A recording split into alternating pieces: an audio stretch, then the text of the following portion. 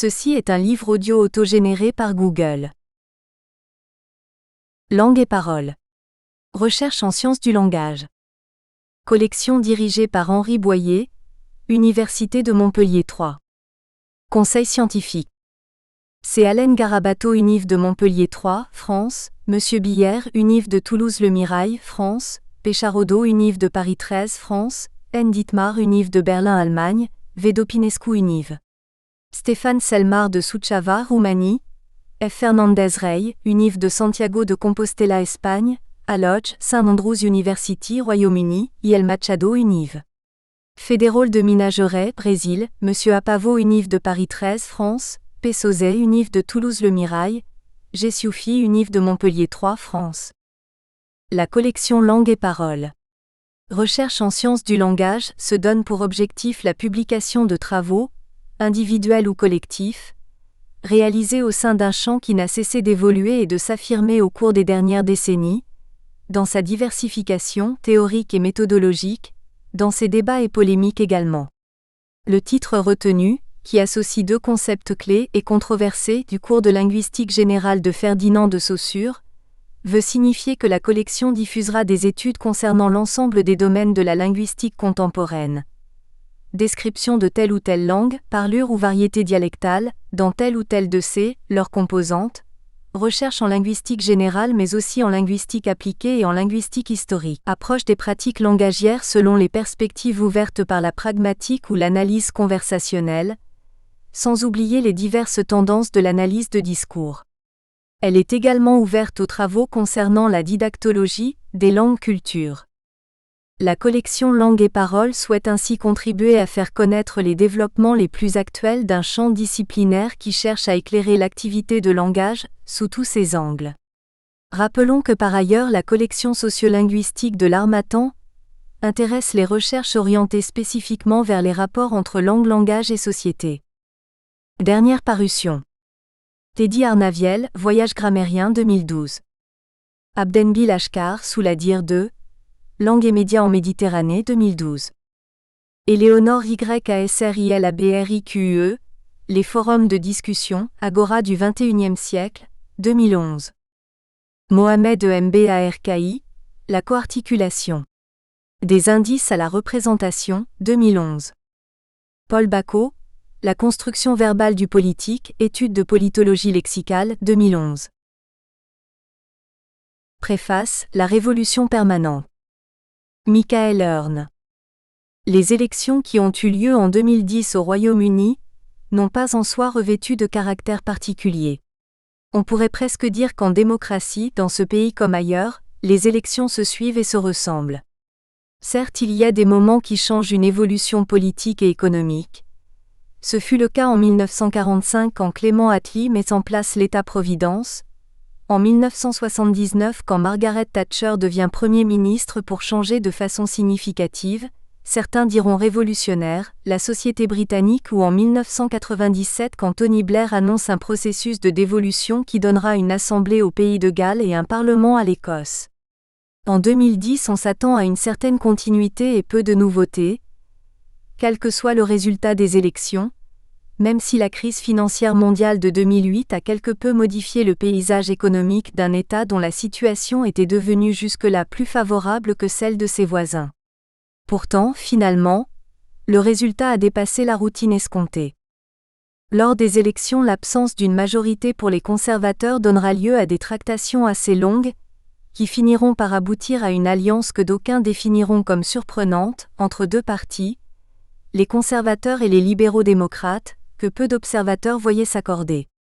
Pendant un temps, beaucoup ont d'ailleurs cru à une entente de ces derniers avec les travaillistes de Gordon Brown, plus proche peut-être, en tous les cas perçu comme plus à même de s'entendre avec le parti de Nick Clegg. Au bout du compte, c'est bien un accord de gouvernement entre le Parti conservateur et le Parti libéral-démocrate qui sera scellé. Cet accord consacrera l'arrivée au pouvoir des libéraux-démocrates après 100 ans d'absence aux affaires de l'État, un aspect non négligeable pour leur leader, Nick Clegg, dans ce choix pour lui audacieux.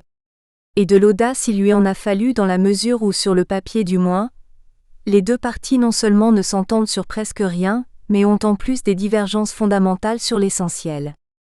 En premier lieu, les libéraux-démocrates, par exemple, ont œuvré depuis toujours pour une refonte constitutionnelle, notamment la dévolution, désormais entérinée mais vue d'un œil soupçonneux par les conservateurs, et celle du système électoral.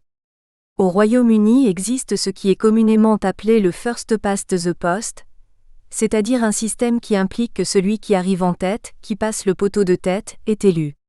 C'est simple, clair, facile à comprendre et d'une certaine façon efficace, mais bien évidemment, pour ceux qui défendent la proportionnelle, injuste car ce système ne reflète pas la répartition équilibrée des votes.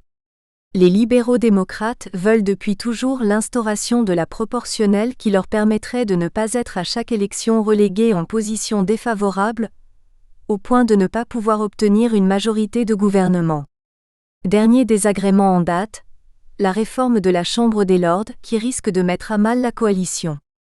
En second lieu, les politiques économiques des libéraux-démocrates se sont opposées, clin d'œil de l'histoire, au libéralisme effréné, mais en son temps peut-être salutaire, des conservateurs de l'époque thatchérienne, libéralisme hérité d'Adam Smith et de Mill, agrémenté des idées de Friedrich von Hayek, connu pour son approche idéologique définie notamment dans The Road to Serfdom et de l'économiste de Chicago Milton Friedman dont ouvrage Free to Choose est devenu une sorte de livre de chevet du libéralisme contemporain, doctrine empruntée, bien que remaniée par la troisième voie d'Anthony Giddens, par le travaillisme de Tony Blair et de son successeur Gordon Brown. Un libéralisme que même la droite française, en dépit de ce qu'en disent les critiques de cette droite, n'a jamais pu envisager.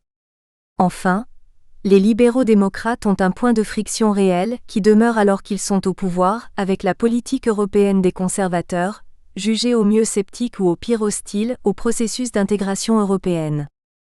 Cependant, les deux partis avaient quelques points de convergence qui ont permis leur entente. Une critique commune de la centralisation de l'État, la nécessité de changer la société britannique et d'améliorer le fonctionnement des services publics, l'enseignement, la santé et surtout, de rendre ou de donner la parole au peuple dans un grand mouvement que David Cameron a appelé la grande société, par exemple en permettant aux parents de gérer les écoles et aux citoyens, mot qui sonne un peu faux au Royaume-Uni, de prendre leur vie et leurs affaires en main. Surtout cette alliance un peu contre nature repose sur deux chefs de parti presque interchangeables, qui pourraient presque ne faire qu'un tant ils se ressemblent et semblent complices. La quarantaine précoce comme l'était Tony Blair en arrivant au pouvoir, donc jeunes, si on compare leurs âges à l'âge moyen de la classe politique française, tous deux issus de milieux favorisés et éduqués dans des universités rivales mais comparables, allure physique et sociale fraternelle, un aspect retenu par tous les observateurs lors de leur apparition devant le 10 Downing Street, voir incidemment la couverture de The Economist du 15 mai 2010 intitulée Britain's Accidental Revolution, et de leur première conférence de presse commune tenue dans les jardins ensoleillés de la résidence du Premier ministre, au tout début du nouveau gouvernement. Il est un peu tôt, diraient les Chinois, pour émettre un jugement sur ce gouvernement qui a eu le mérite, étant donné les divergences initiales de cette coalition, de durer plus d'un an. Certains points d'accord sont intervenus sur des politiques qui auraient pu paraître conflictuelles, par exemple la réforme du système électoral, soumise aux électeurs par référendum autour d'un projet de vote alternatif, Alternative Voting ou AV, petite révolution institutionnelle qui n'a pas abouti puisque les électeurs en ont décidé autrement.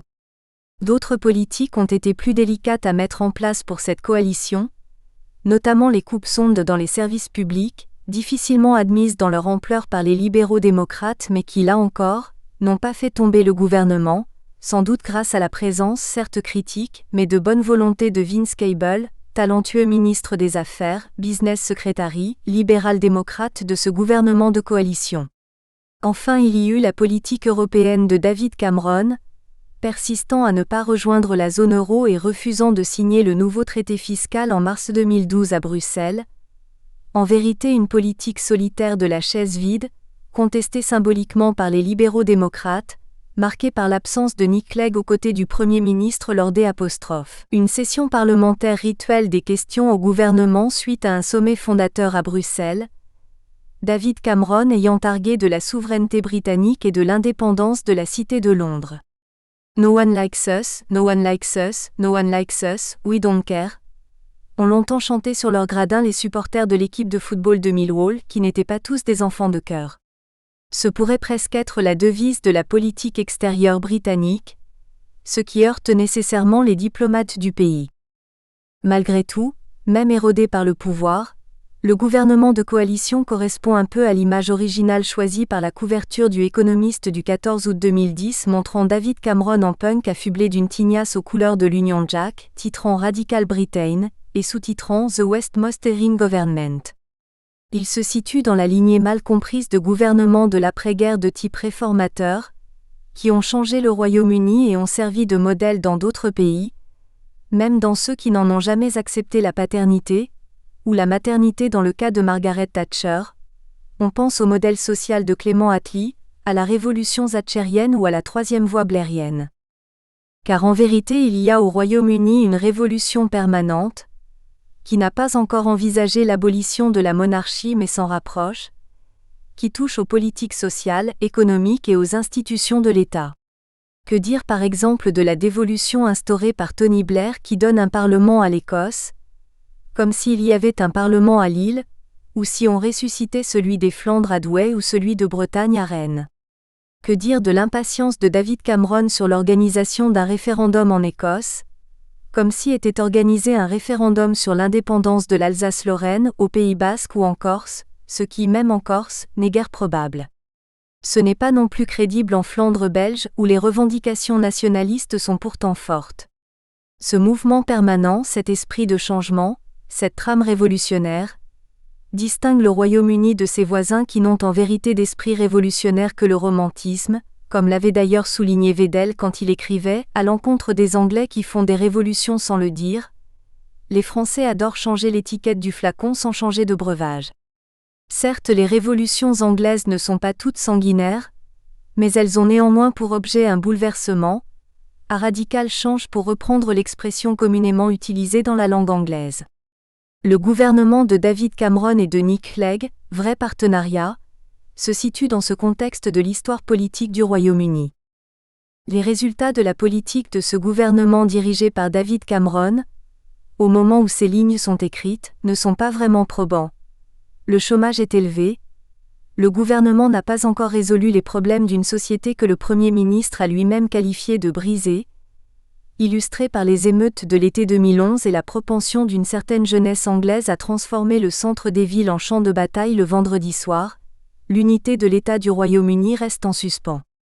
Il y a cependant cette volonté qui ne peut être contestée dans ce cadre particulier et singulier de la coalition gouvernementale, expérience en soi. L'enjeu pour David Cameron et de Nick Clegg est de rester fidèle à l'esprit réformateur, plus à l'esprit révolutionnaire de quelques de leurs prédécesseurs. Dans In Search of Theory, Mansbach et Vasquez ont défini 3 types d'enjeux. L'enjeu concret, l'enjeu symbolique et l'enjeu transcendant. Pour eux, l'enjeu concret est mesurable et son résultat est tangible. L'enjeu symbolique a une valeur indéterminée et l'enjeu transcendant est axiomatique. L'histoire politique du Royaume-Uni a connu un certain nombre d'enjeux concrets, par exemple la décolonisation, le retrait de l'Est de Suez ou l'entrée dans ce qui était à l'époque le marché commun. Il y a eu quelques enjeux symboliques, ainsi le recours au concept d'exemplarité lors du conflit des Malouines.